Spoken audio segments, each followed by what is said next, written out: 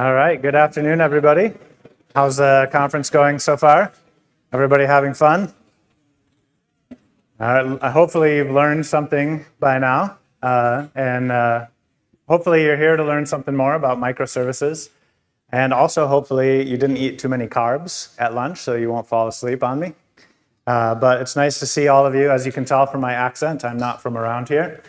So I'll try and translate anything I need to in my talk. If I talk about lorries or lifts or anything like that, I'll make sure I translate it for you.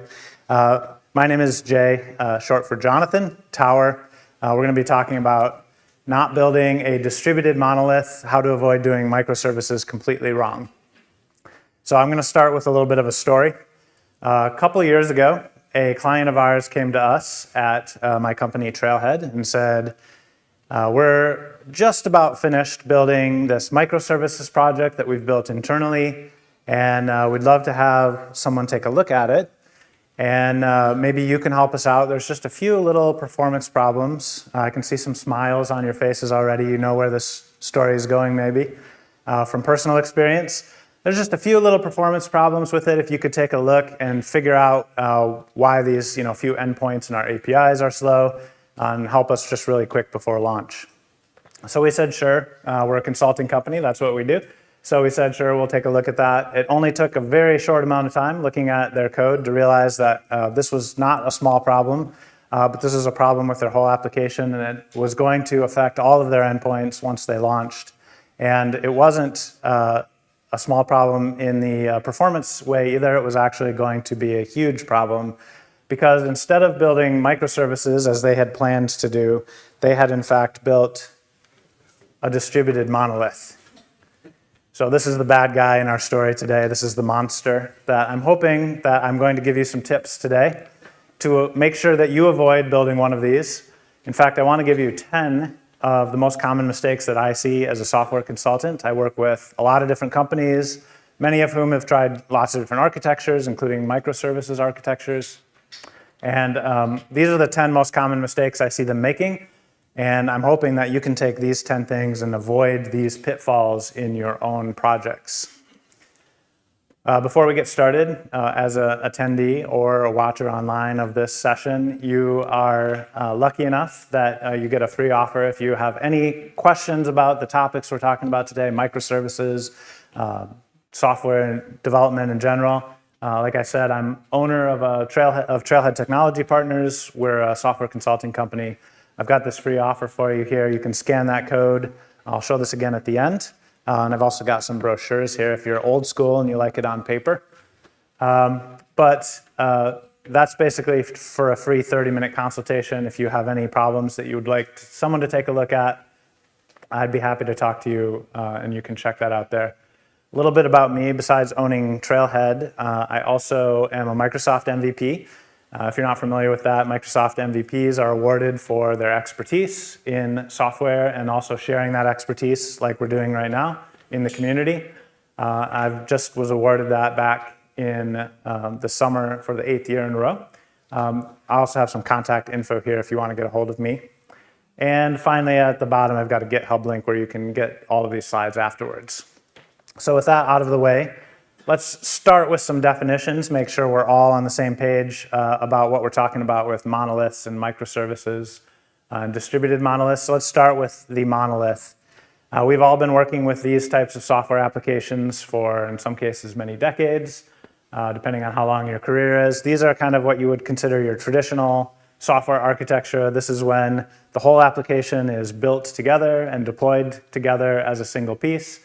If you go change something in one place, you can't build or create the app without all of the pieces being there together.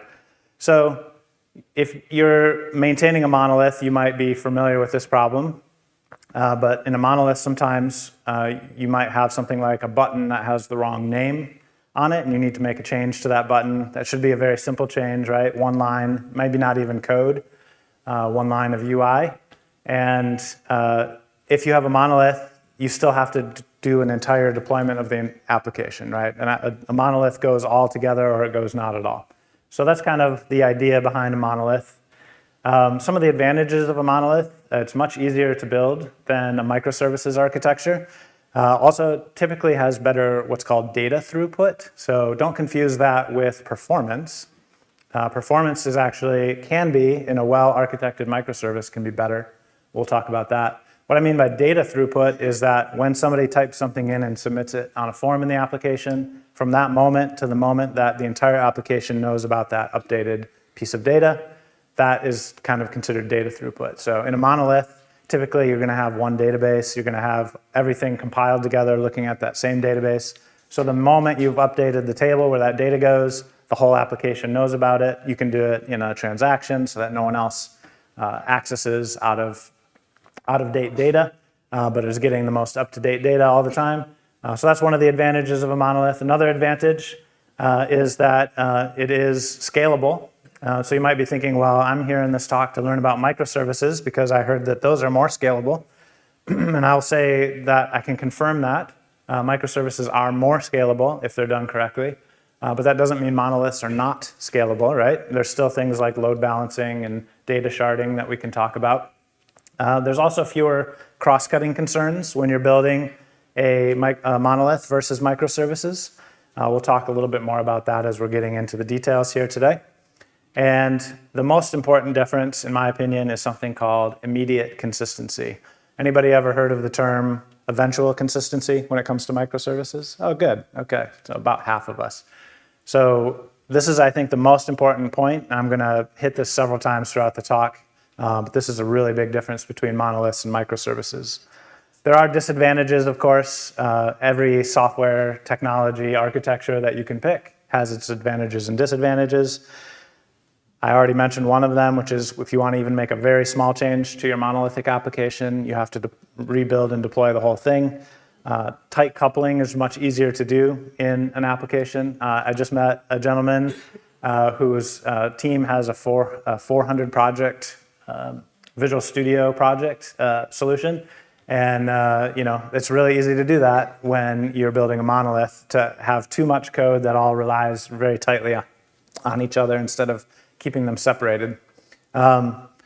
Typically, you have to use the same technology stack. You might not be thinking of that as a disadvantage. You might have a team that all kind of knows the same technology stack. Maybe they were hired because of that technology stack. So maybe that's not a problem for your team. But if you have a large organization with lots of different departments, lots of different areas of technical expertise, then having to use the same technology stack for the entire application can be a downside. It's not quite as agile of a process to build a monolith as it can be to build a good, healthy microservice. And it also doesn't allow you to have small teams that are focused just on very specific areas as much as a microservice. Typical monolith is going to look something like this.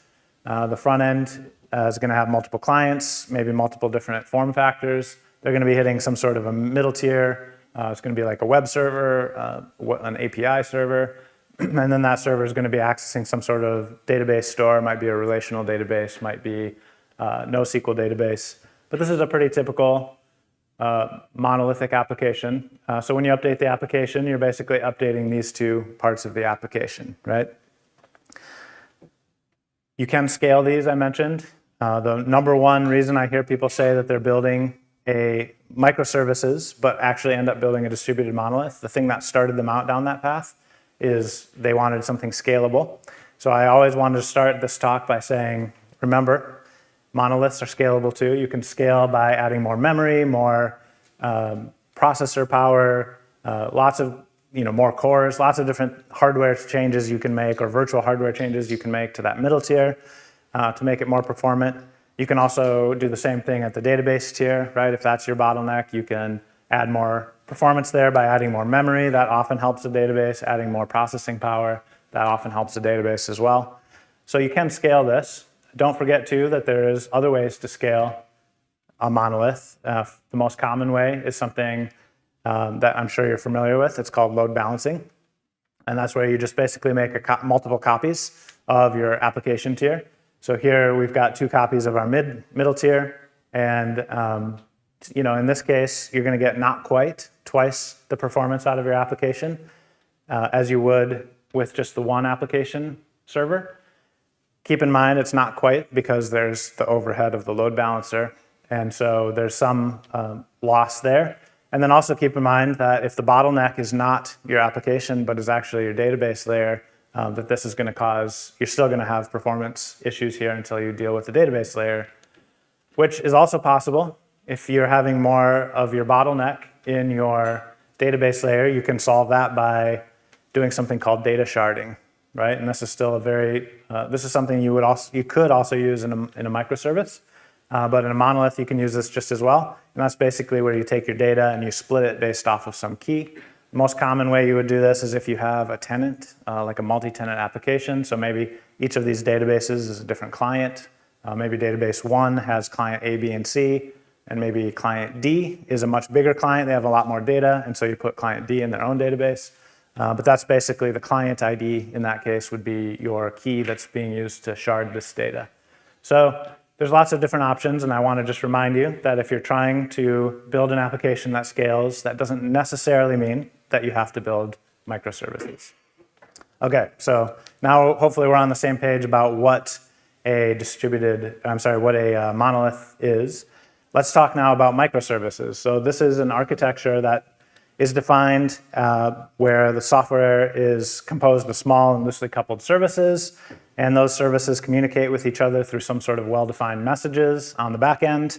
And then typically, those are owned by small and well-contained teams. I'm going to talk about that last point a little bit more as we're going today, because that's one that surprises a lot of people to actually be in the definition of a microservice.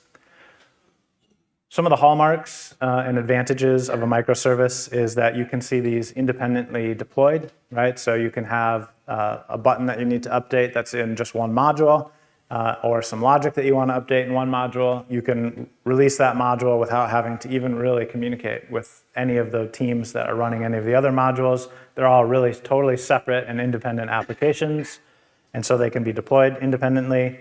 It allows you to do more precision scalability. I just finished my last point saying you can scale a monolith, but you can also scale microservices with a little bit more precision. What do I mean by that? If you have your application split up into multiple microservices and one of them takes, let's say, 80% of the traffic compared to the others, you can actually scale that one up, with its own hardware to a larger degree than what the other ones are scaled up, to allow that one to perform better without having to scale up the ones that are already performing fine with a lower level of hardware that they're running on. So a little bit more precision with that. High availability is another one. If you architect microservices correctly, you can actually take down one of the services, and all of the other services will be not even aware of the fact that the other service is down. We'll just continue to work on without any problems. So if you imagine if you are writing software for a hotel chain and they want to have a reservation service that's up 24/7, you can go ahead and put that into one microservice. And now when you have, let's say, the housekeeping module for that hotel chain, when that needs to go down for some maintenance, it's not going to affect the ability for that business to take reservations because they're totally separate from each other. It encourages you to write loosely coupled code just because your whole application is loosely coupled. And it also allows you to do more agile team processes and have teams that are experts on just different areas of your application. So especially useful if you have a very large application. Not everybody has to understand the whole thing. They can kind of focus in on different areas and be experts in it. Typical architecture for a microservices project is going to look something like this. You're going to have your clients. Usually they're going to be hitting some sort of an API gateway. I'm not going to go into a lot of detail about these, but usually these are used to consolidate all of your different microservices together for a particular application. It might also be doing some things like security, some other cross-cutting concerns for your application. But that will kind of consolidate all the requests and then divvy them out to the various microservices, which you see here are in each of the different columns. Now, very importantly, I want you to notice on this diagram that each of these services has its own application and its own database. That's pretty important in a microservices architecture. We're going to talk more about that as we go. And then the last thing you see on this diagram at the bottom is something called an event bus. There's different ways that you can do messaging in microservices application. This is probably the most common way. Some sort of a service bus or event bus. There's lots of different tools that implement this for you. I always tell somebody, if you're starting out with microservices, this is like a really cool, nerdy problem to solve, to try and create your own event bus. And you wouldn't believe how many teams, maybe you can relate to this, maybe you already feel in your heart that it would be really fun to build an event bus. Don't build your own event bus. It seems really simple, and it is on the surface, but there's a lot of complications in there, like retries and stuff, that you don't want to have to worry about. Use one of the ones like Kafka or the ones in Azure or AWS that are pre-built for you. This is the way, though, that each of these services are going to communicate with each other.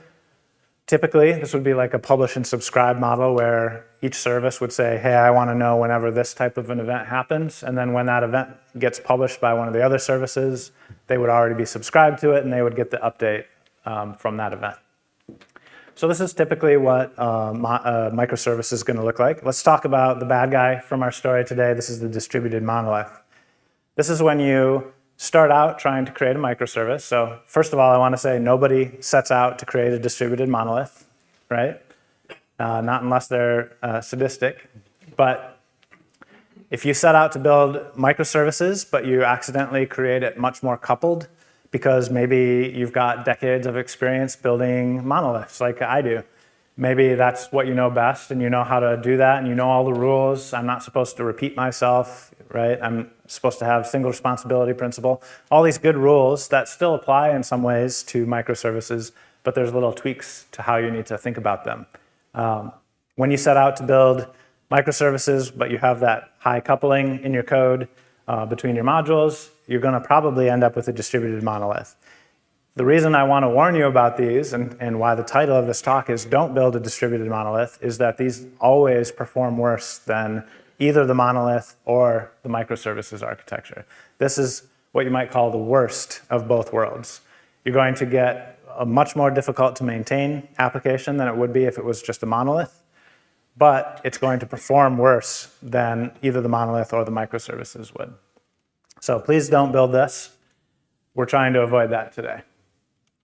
Okay, so what does a typical architecture for a distributed monolith looks like? I purposely drew this way so that it would be kind of obvious what the problem is here. The hand-drawn red arrows here, all these arrows between the different modules, whether it's from the application to the database of a different module, or application tier to application tier, or even database to database, you could say, depending on how you do it, could create problems here. So these red arrows are what we want to avoid. Now, I didn't put on this slide an API layer, an event bus layer, but most of the implementations I see that end up being a distributed monolith do have an event bus layer. And what they've basically done is that in addition to using that to communicate, they've also added these red arrows. These red arrows start out as a small exception, and you know how this goes, right? You're all engineers. By the time you get to the date of launch, all those red arrows are the main way that the applications are communicating with each other, and the event bus is just used occasionally.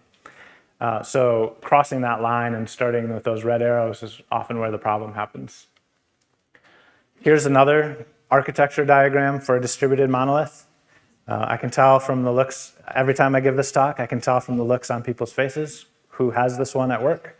So I won't call you out and turn you in. But this is probably the most common distributed monolith architecture that I see. And it starts out very innocently. Probably a lot of us have a database person on our team, a database administrator, database developer, something like that. Someone who's basically in charge of the database, maybe a whole team that's in charge of the database, right?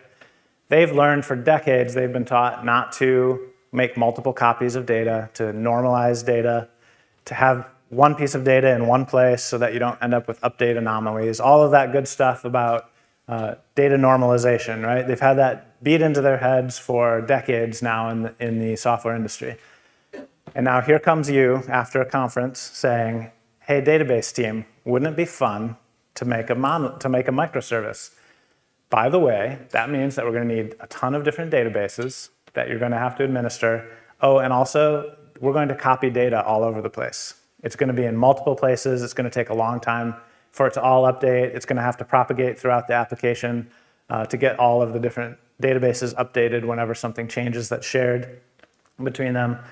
And most good database teams that have been doing monoliths for years are going to say, you can do whatever you want in that middle tier. You can have fun, do that cool microservices architecture that you learned at the conference, but you're not touching my database, right? And so what ends up happening is the application tier people, that team will do a microservices architecture, but the database team won't allow them to do. And they might say, well, we'll just make different tables. We'll maybe use a schema to separate them so that we can kind of tell which schema goes with which database, with which application. But we'll store them all in the same database, and it'll still be kind of a microservice. But as soon as you do that, then these applications can access each other's data stores. Then you start getting coupling between these modules. So with those 3 different types of applications, I want to add a 4th one, which is called a modular monolith. And I want to differentiate that from the distributed monolith that we were just talking about, and a 3rd kind, which I have high confidence that many of us in the room have worked on before, which I'm going to call the ball of mud monolith. And you know you worked on a ball of mud monolith when you go to fix a bug in the code. You make one simple change and fix that one bug, test it, everything looks good, you deploy it, and it broke 5 other things, right? This is where there's so much coupling in the code, so much bad practices going on that you can't fix everything without breaking everything else. That's a ball of mud monolith. I think usually when you're in one of these microservices talks, you hear people talk about the monolith. It's kind of the bad guy in those stories, right? Because they're saying, here's microservices architectures and what they're good at. And when you're talking about the monolith, they'll say, here's monoliths and what they're bad at.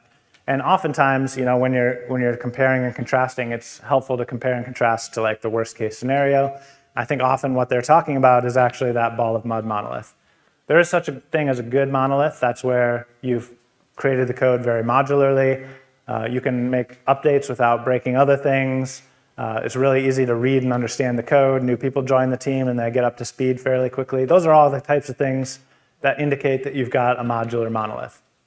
Now you'll notice that those 2 types of monoliths plus the distributed monolith and the true microservices I've graphed here with a couple of axes. The first axis, the vertical one, is how physically separated they are. So on the bottom, we've got a not separated monolithic. On the top, we've got that they're distributed. And then along the bottom, I've got how logically separated they are. So we've got monolithic logically, meaning that the whole application is written in a way where there's high coupling between the modules, and then very modular on the right-hand side. So what you notice here is that the ball of mud monolith is written in a highly coupled way, a monolithic logically application, and it's deployed as a single application. So the problem isn't the fact that it's deployed as a single application necessarily. There are some downsides to that, availability, for example. But the problem is the fact that it's actually monolithic logically, right? That's what makes the ball of mud bad. And the way you fix that, if you want to leave it as a monolith, is to make it a modular monolith, refactor the code so that the different modules within the code have more healthy relationships with each other. The same is true of the distributed monolith and true microservices. If you set out to build microservices, but you couple everything together, you're going to end up with a distributed monolith. If you truly keep things separate, that's where you end up with the true microservices. Okay, so now we've talked about kind of the definitions. Hopefully we're on the same page about all of those things. If you came in here not knowing what I meant by a distributed monolith, hopefully you understand now.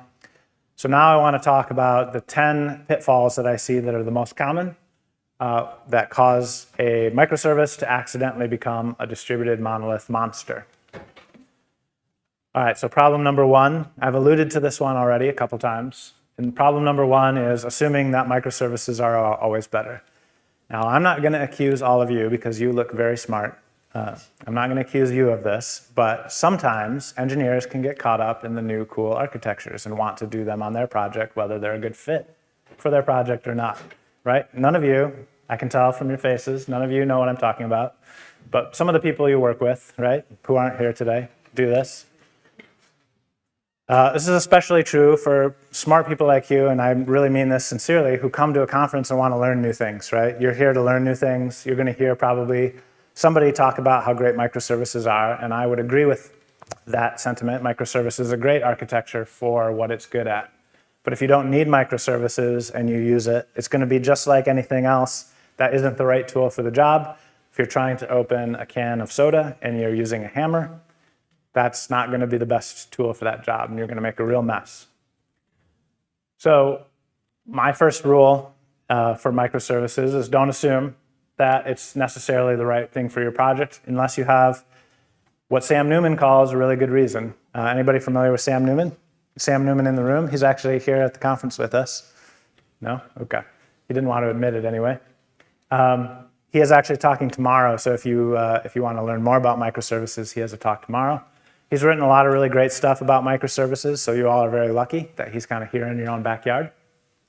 Having a really good reason, though, is what he says, and there's lots of bad reasons. There's a few good reasons.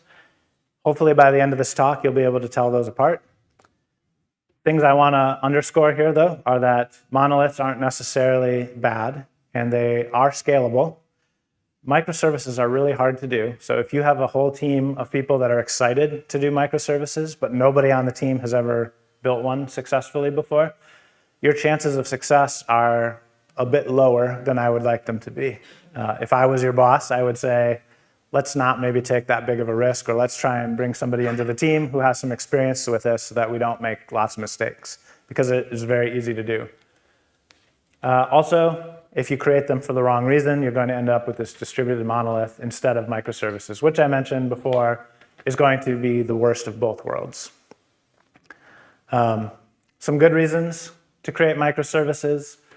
Another person who speaks a lot about microservices is James Lewis, and he says that microservices architectures buy you options. And what does he mean by that? Well, it gives you some options like independent deployability. We talked about that already. It gives you options like scalability that you don't have in a monolith, more precision in your scalability. However, it does it as a trade-off. That's what the buy, that's why I've highlighted the buy word there. You have to trade something to get something. And this is what you have to trade. If you only remember one thing from the talk today, I hope this is it. Because this is, I think, the most important piece of information in here if you've never built microservices before. Microservices are inherently high availability, but they are inherently low consistency or eventual consistency, as it's called. Monoliths are very good at immediate consistency, which is what I was referring to earlier as data throughput, and really bad at high availability. So if you have a project that really needs immediate consistency and you're trying to make microservice to do it, it's probably not going to be a good fit, and you're going to be going uphill the whole time. Similarly, if you need your project to be highly available, if you need to be able to take modules down for maintenance while other modules stay online, and you build that as a monolith, you probably already know, if you've built a monolith like that before, that that's not going to be a very good fit for your needs. So this is what I would say is maybe the most important consideration when you're thinking about having a good reason. The problem number 2 I wanted to mention is shared data, using shared data store or shared data models. This is a common problem that I see. This is basically what happens especially when you're using this particular architectural diagram that I showed earlier, where you're sharing the database. So what happens here is that the first module needs to make some sort of a breaking change to one of their tables, let's say, changing a column type, changing a column name, something like that. If that table is shared, or if it's available to be shared to other modules, there's a chance, hopefully at the beginning, you set out to not do this, but at some point, somebody over here who doesn't know better or hopes that they get away with it is going to actually write some code that accesses that table, whether you intend them to or not. Eventually that will happen. At that point, that person just broke that application, or that application just broke unbeknownst to that team when the first team went in and changed something.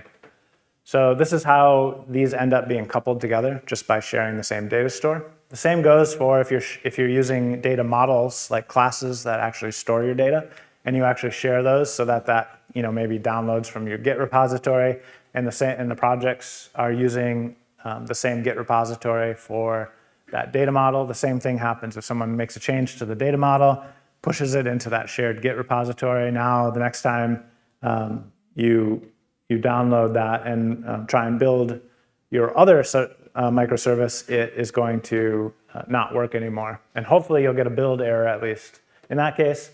But as you can see in this case, if you're actually changing your data store, you're not probably going to get any build errors. You're just going to get runtime errors. Example, using my hotel example from before. So if you imagine that you have a bunch of different hotel microservices, including reservations, maintenance, and housekeeping, plus a couple others. If you were doing that in a monolith, you would want to store anything that was true about a room in the hotel. You'd want to store that into a single entity. That would probably be in a single model in your code, and probably in a single database in a single table in your database. Might look something like this, where you have a Boolean to tell you whether or not the room is currently occupied, number of beds that are in that room, how long it takes to clean that room in minutes, maybe some related entities, some like child entities, like the repair history for that room might be in there. And that's typically how you would do it in a monolith. Now imagine you're doing that in a shared database, and the housekeeping team comes in and says, we don't really care about how many seconds it takes to clean a room. We're really more just interested in the number of minutes. Let's go ahead and change that from a float to an int. And now, if this data model is used by multiple microservices within your application, now you've just broken the other ones that are also using that. So in this case, the reservations and the maintenance services just broke. Now, hopefully, again, that's going to happen at runtime. But if you've also changed the data store to match this type, so it goes from an int to a float, now that's not going to map from your data store correctly anymore to the maintenance and the reservations services, and you're going to get a runtime error. So either way, you're creating some pretty serious coupling between your applications. The quote-unquote correct way to do this in a microservice is to actually separate those properties out, and so that each module gets its own properties that it owns. As you can see here, I've made a nice perfect example that doesn't have any complications with it. You notice that none of them need to be shared. So I created a very nice happy path example here. And you might be wondering, well, what happens, Jay, when you do need to share a property between them? So imagine that I've now added an admin service as the second one. So that's where you go to create a new room. There's been an addition to the hotel, and you have some rooms that you need to add. So you go into the admin module, and you add some new rooms. You create those in the admin module in its database as a hotel room with a room number. That room number is something that you're probably going to need in all of the different microservices, right? But it's going to be owned here by this admin module. So what does that look like? Well, in a microservice that's loosely coupled, that's going to send an event to the event bus. Anything that has subscribed to that event, which let's say all three of these other services have subscribed to the hotel room update event or hotel create update event. They're going to subscribe to that event. They're going to get an event notification from the event bus, and they're going to have a chance to run some of their own code, which in this case means that they're probably going to basically add their own copy of that hotel room to their data store, so that when this hotel room comes up later, they now have that in there. For example, the reservations service needs to know about that hotel room so someone can reserve it. So that's kind of the non-happy path. If you do need to share something, that's what that might look like in a microservice. Problem number 3 that I see is microservices that are too big. There's this whole field called domain-driven development. Is anybody familiar with that already? Okay, quite a few of us. It's complicated. For those that raised your hand just now, you know that domain-driven development is a huge topic. We could talk for many hours just about this. So instead of talking about domain-driven development and how that applies to microservices here, I'll mention a really good book to start with, which is this domain-driven design book. If you want to understand how to architect a microservices application, I highly recommend that you learn about domain-driven design, or DDD for short, and that this book is a really good place to learn that from. However, if you would like a shortcut version of it, let me explain what my shortcut version is, which is my simple rule, instead of all the stuff that you need to know from DDD, is that you're trying to create the smallest possible microservices without chatty communication between them. Now, smallest and chatty are up for debate, right? Those are not measurable terms. But basically, if you think of it as a balancing arm, on one side, you've got how big the service is, and on the other side, you have how much that service needs to send events to other services. If that event has to send everything it does, it has to send events to have other services do things, that might be too chatty. It might be too small, excuse me, it might be too small if it's doing that. And if it's too big, then it's not sending an event ever, right? It's never sending an event to do anything anywhere else. It's basically a monolith pretending to be a microservice. The opposite problem of that is true as well. I see sometimes services that are too small. So if you imagine a scenario where you said, okay, Jay said not to make the services too big. It's called microservices, right? I'm going to make them as micro as I can. I'm going to take every endpoint, and it's going to be its own service. What could possibly go wrong? Well, imagine this scenario where you've got some sort of like user maintenance module here, and you've got a login and a password reset, and you've made those two endpoints totally separate services from each other. Well, these are going to have to communicate to each other a lot. Every time you do a password reset, that's going to have to communicate to the login service so that the new password is there. Maybe if you have like a lockout password reset after a certain number of failures, the login service is also going to have to communicate to the password reset module to tell how many attempts there's been. There's going to be a lot of communication between these two. They're always going to be updating indirectly, hopefully, updating each other's data stores. And so this is probably too chatty. These services are too small. So the solution in this case would be to combine those, obviously, into a single user service and to have these be two different endpoints in that same service. Problem number 5 is starting from scratch. Now, engineers always like to start from scratch, right? Who prefers brownfield projects to greenfield projects? Okay, there's 2 people who love pain in the room. No, actually, maybe those 2 people are smarter than the rest of us, because actually starting from scratch is much harder in some ways. Let's talk about how. So when you're migrating a brownfield project, you have, I believe, these 4 advantages if you're trying to migrate a brownfield project to a microservices architecture. The first one is that the code that already exists is basically documentation of all the relationships that exist between the different entities, between the different modules. You can basically go to whoever wrote that code, or maybe you're the one company out of 100 that has documentation about that code that you could actually read. But excuse me, all of that stuff exists, and you can go look at the code. You can actually look at like code diagrams and see, oh, this relates to this entity relates to that entity, one-to-many relationship. All of those types of things are documented in your code, in your database, in your documentation. That's a huge advantage when you're trying to make all of these decisions about where to draw the line between different microservices in your application, to know this thing and this thing have a ton of relationships to each other. Maybe that means that they should go into the same microservice service together. Number 2, you have people to talk to that know the system. When you're doing a greenfield project, you're often talking to the business, right, about requirements and what does this need to do? What are you trying to do? How does this normally work? What are your current processes?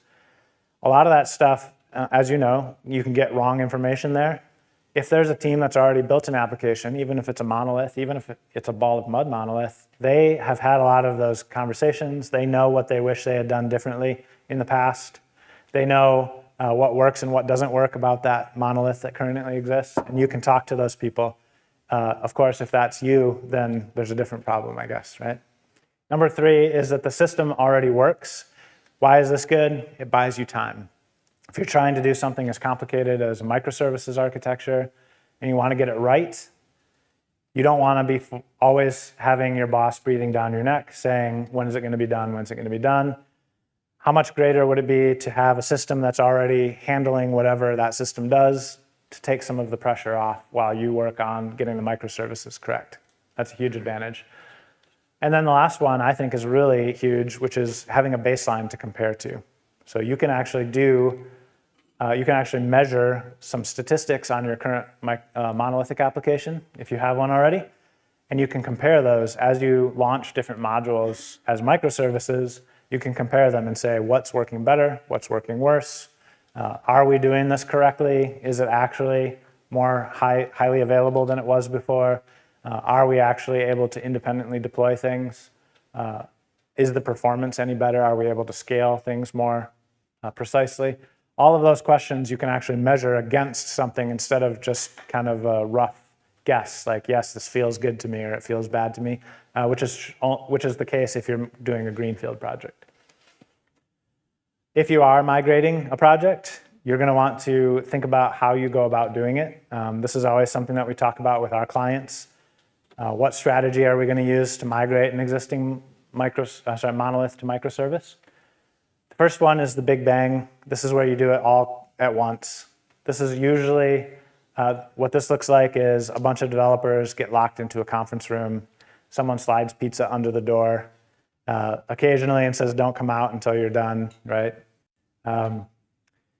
This doesn't work very well for any kind of medium or big sized project. This works really only for small projects. And usually small projects don't really need to be converted to microservices very much, right? They're already a small project.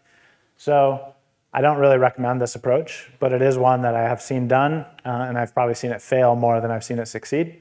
The other one is an evolutionary approach. You could think of this one as also as waves. So this is the approach where you refactor your code to be more like microservices, which makes the performance worse, probably, initially. And then you refactor it again to make it perform better. Then you say, okay, that's good. Now I'm going to go back to the original app and pull out some more modules and make them microservices. Makes the performance worse again. Okay, now I'm going to refactor those to make them perform better. It gets better again, right? So you keep doing that until you've finished pulling everything out and refactoring it. And you kind of get this wave effect of things getting better, worse, better, worse. The last one is called the strangler fig pattern. Has anybody heard of this one for other things? Yeah, okay, good. So for those that haven't heard of it before, it's pretty simple. This is where you create like a facade layer. You could use an API gateway for this if you're doing microservices. And you start refactoring things from your legacy app to your modern app. In this case, it would be from your monolith to your microservices. And you keep moving things over there. As you're moving them over, you use that facade layer or the API gateway to make it basically all look exactly the same to the front end. So the front end doesn't really have to change at all. It's sort of unaware of what's going on behind the facade layer. And at some point you finish that migration process and everything is now in your modern microservices app. And theoretically at that point you could get rid of the facade, although if it's an API gateway, there's other advantages. But at that point you finished the pattern. Now this comes from a strangler fig plant, which, as I understand, actually grows, it's dropped by birds, and it grows starting in the limbs of a tree as a vine. It grows down the tree, and eventually it gets down to the base of the tree and wraps around the roots of the tree underground. That eventually chokes the life out of that tree. The tree dies, and it becomes just like a backbone for the vine. Now it's giving the vine access to the sunlight up high, without the vine really having to do any of that work building that trunk.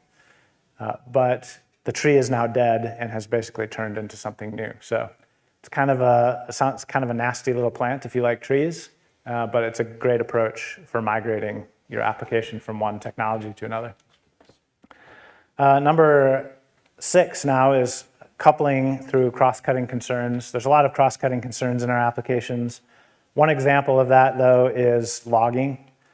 And I highly recommend that you use logging in a microservices, well, in any application, but especially in a microservices application, because it's so much harder to tell what's happening in a microservices application.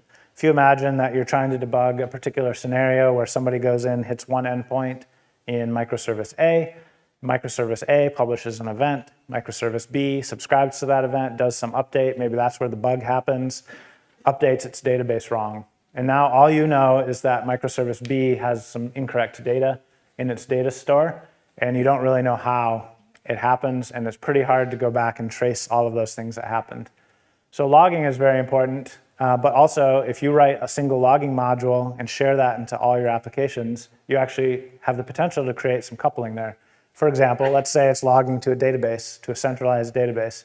Let's say that database goes down. Now all your modules just went down, right? Because your logging isn't working. Another example, let's say you write it in, I'm a .NET guy, so let's say you write that logging in the best platform available for developers, .NET, but you have another team that wants to build a microservice module in Java or something else. Now they're kind of stuck. They can't use your logging because it's only in .NET, right? So you've coupled the whole team to using a particular tech stack as well. There's a lot of great solutions out there, so just be aware of any time you're doing a cross-cutting concern that you might want to look to see what the best practice is.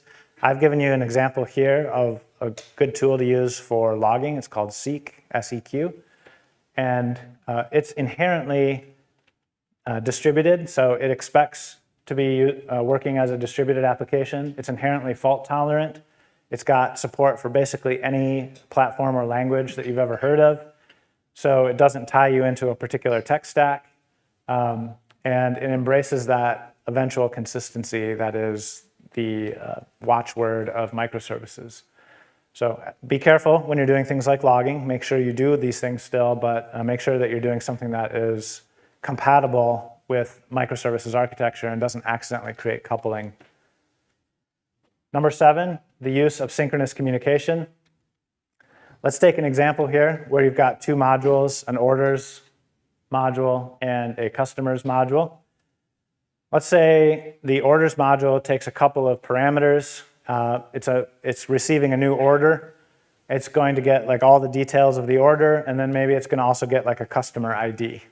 Let's say it's like an integer or a GUID or something that just identifies a customer and says this customer is ordering these items in these quantities.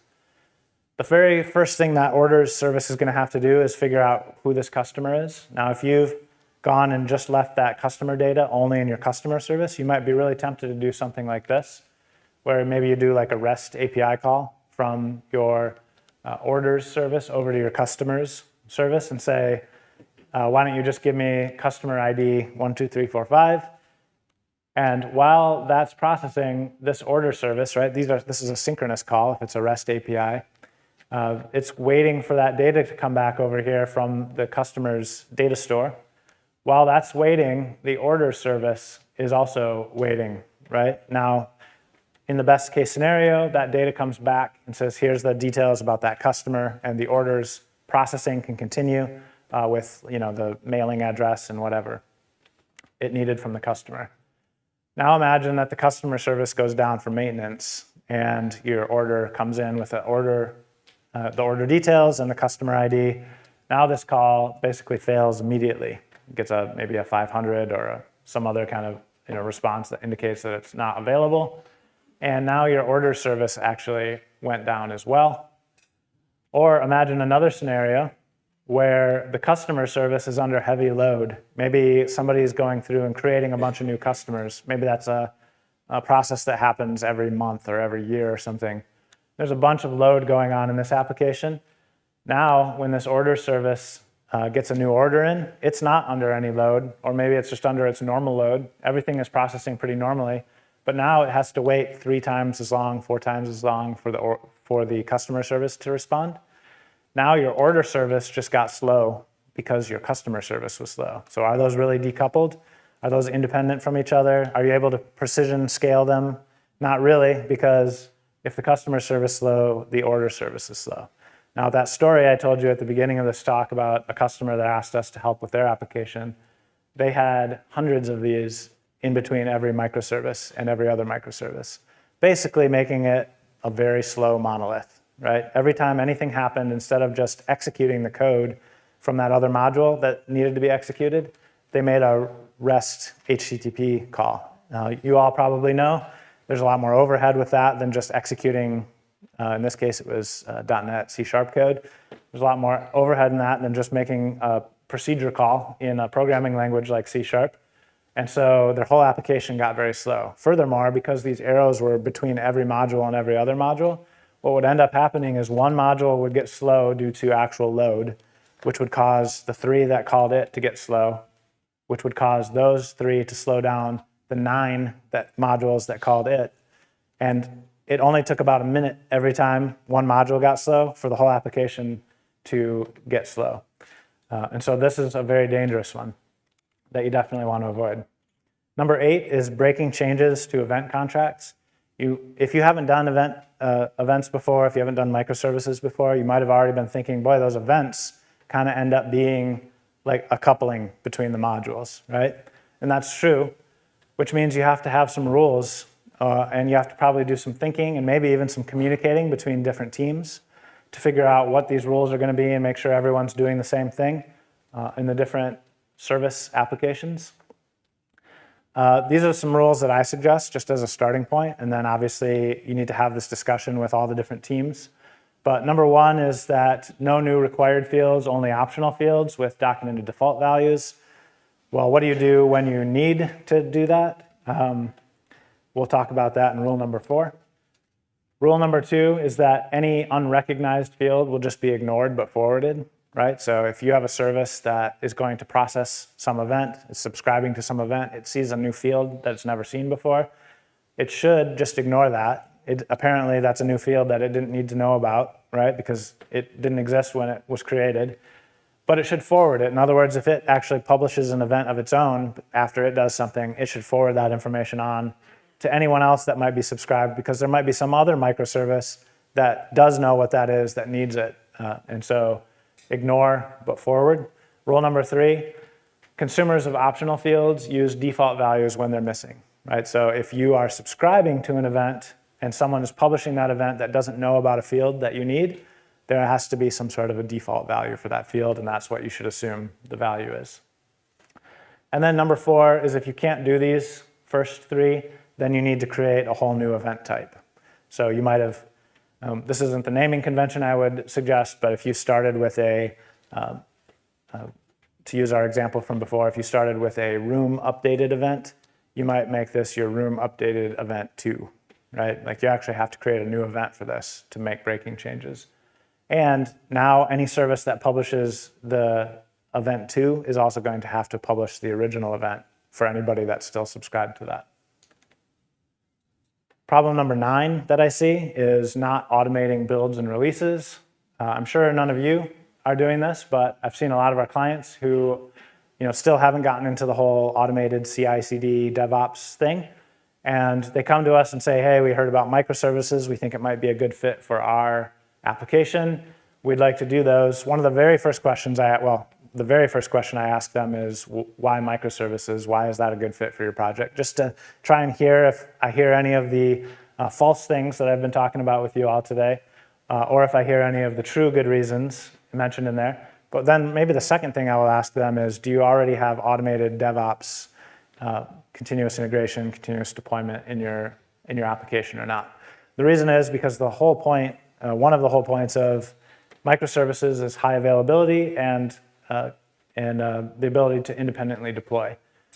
So the idea is that you might want to be able to deploy pretty frequently. And if you're doing that manually, that's obviously very time consuming, very prone to error. So I always say as a prerequisite, if you haven't done CI/CD already as an automated process, please consider doing this first before you start doing microservices. You'll thank me later. Number 10 is unencapsulated services. This is really just another way of saying, this is talking about coupling, loose coupling versus too high coupling. So you might have heard this analogy before, that a well-defined service is kind of like an iceberg. You know that old saying that 90% of an iceberg is below the waterline and only 10% of it is above. The same kind of goes for your APIs. A well-designed API, whether it's for microservices or not, is going to have a very small surface area that is above the waterline and a much larger implementation. What's great about this is that you can make changes to the implementation layer. You can refactor things all you want. You can change how you're storing things. You can change what events you're publishing. All of that stuff can change pretty frequently, and you're not breaking anything from that API. This also, I would say, applies to events, to the events that you publish as well. Now, if you lower that waterline, you can imagine that now anytime you make a change in the back end, it's likely that you're going to have to make a change in the front end too. So simple, single-purpose APIs that just do one thing, that are very unlikely to have their signatures change, is going to make your life a lot easier, whether that's an event or whether that's like a REST API. Whatever it is, if you're doing microservices, designing those APIs well is going to make a big difference. So think about that and maybe take a little extra time as you're designing them. Bonus problem. We made it through the 10 that I promised you, and now you're getting a free one, totally free of charge, extra, which is mismatched teams. So remember, you got a free bonus pitfall here when you're rating it with the cards on your way out, okay? That moves you up one card, I think, is the rule. So what do I mean by small teams or mismatched teams? There we go. There's a law called Conway's Law that you may have heard before. It's often talked about in engineering. It says that any organization that designs a system will produce a design whose structure is a copy of the organization's communication structure. What does that mean? Basically, it means that whatever your team builds is going to look like your org chart, right? So the common example that's given of that is if you give a team of engineers, if you give 4 teams of engineers the job to build a compiler, they're going to create a 4-pass compiler. What does that mean? That basically means that there's going to be 4 unique steps, because there's no team that's going to basically say, oh, our contribution to this compiler is actually handled perfectly by the other 3 teams, so just ignore us. Just throw away what we built, right? Every team's going to say, no, ours is important too. Make sure that you do that, so you're going to end up with 4 steps to that process. How does that apply to microservices?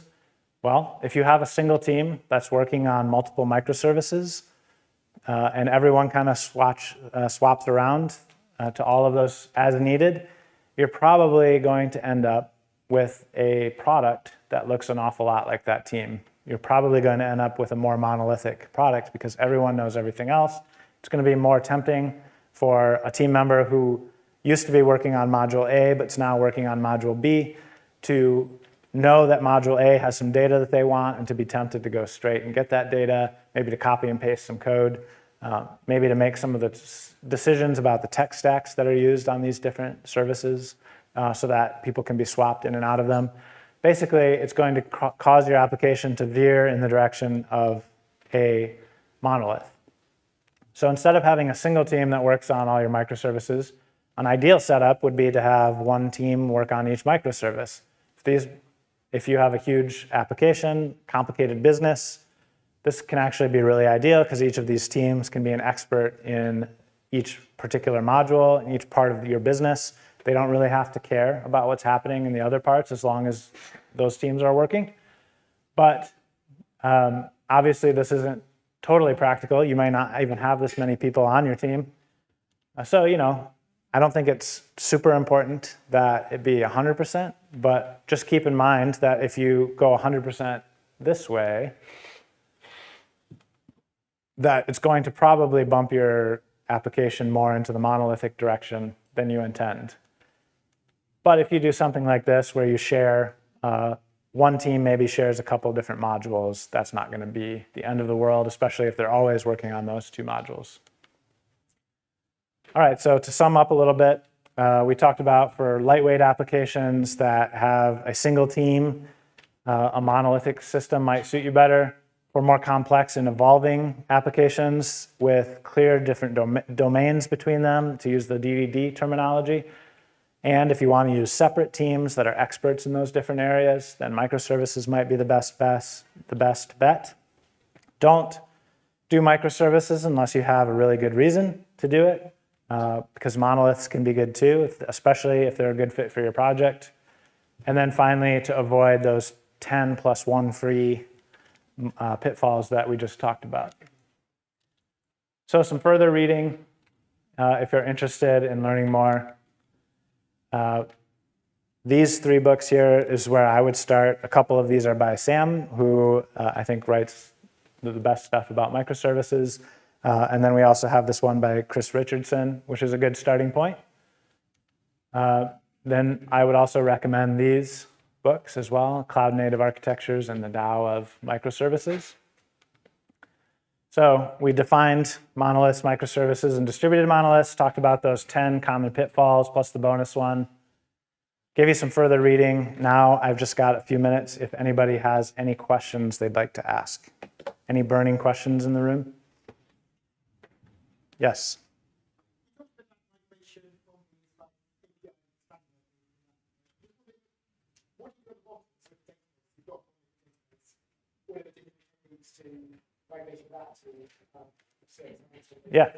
Yeah, so the question, if I understood correctly, is I talked a little bit about the migration patterns and how do you do that at the database level. Is that correct?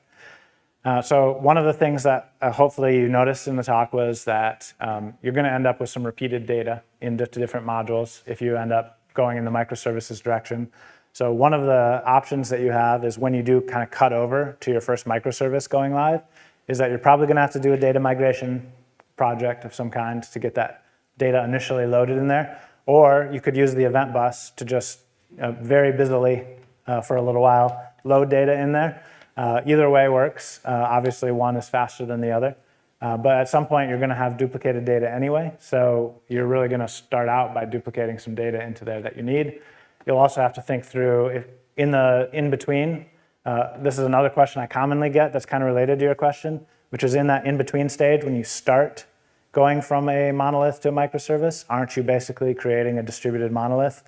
And the answer is yes, I think that's unavoidable. Just be careful of stopping there. But hopefully that answers your question about databases. Did it? Yeah, cool. Other questions? Yes, in the front here. You mentioned that there is a problem if you add more fields to events. Can you elaborate a bit more? Sure. Yeah, so the question is about changing your event signatures, specifically adding fields. So adding fields isn't necessarily a problem as long as you write all of your event handling code to expect properties to be added to your events. The big problem is if you remove one, change the name of one, change the type of one, right? Any breaking change like that, that's the really big thing. Adding is okay as long as you kind of look at those rules that I listed before, the 4 rules. If you assume that a property that's not there is a default value, you have a particular default value, all the new properties you add have to be optional because obviously they may not be there for everything. Anything that breaks those rules that needs to have a new property there or needs to change the name of a property, that's just a new event type. Yep. Yeah. The distributed monolith is actually worse than monolith. And you said there's a use case for the monolith. There should be a use case for distributed monolith as well, right? I mean, because they're very similar in the position. For the distributed monolith, you're saying? Okay, so if I understood the question correctly, it's there's a use case for the monolith, there's a use case for the microservice. Is there a use case for the distributed monolith? The way I'm defining it, at least in this talk, the distributed monolith is kind of the worst of both worlds of each. And so no, there really isn't long-term. Thank you very much. We're out of time, but I'm happy to answer any questions if you want to come up afterwards. And appreciate your time. Thank you.